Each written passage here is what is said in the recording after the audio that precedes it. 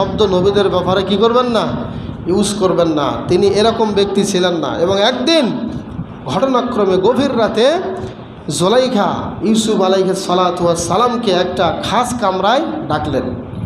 গভীর রাতে তিনি তার যে স্পেশাল যে একটা চেম্বার ছিল সেখানে তিনি ডাকলেন।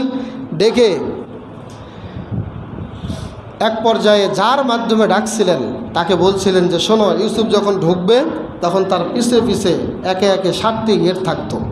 এই 7টি গেট 7টি দরজা তুমি লেগে দিবে, একটা গেটও যেন খোলা না থাকে।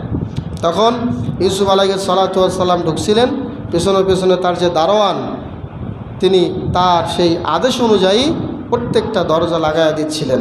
এক পর্যায়ে সবগুলো দরজা লেগে দিলেন এবং আল্লাহ রাব্বুল আলামিন তার এই কথাটা কোরআনে তুলে নিয়ে এসেছেন এইভাবে। আল্লাহ বলেছেন ওয়ারাওয়াদাতহু আল্লাতী হুয়া ফি বাইতিহা ফি নাফসিহি ওয়াগাল্লাকাতিল আবওয়াব, তার নিজের নফসের থেকে আজিজে মিশরের রাজার স্ত্রী নিজের পক্ষ থেকে এই ব্যবস্থা করেছিল এবং নিজেই কুপ্ররোচনায় লিপ্ত হয়ে সমস্ত দরজাগুলো বন্ধ করে দিয়েছিল। উভয়েই যখন উভয়ের দিকে ঝুঁকিয়ে যাচ্ছিলেন, কিন্তু আল্লাহ তাআলা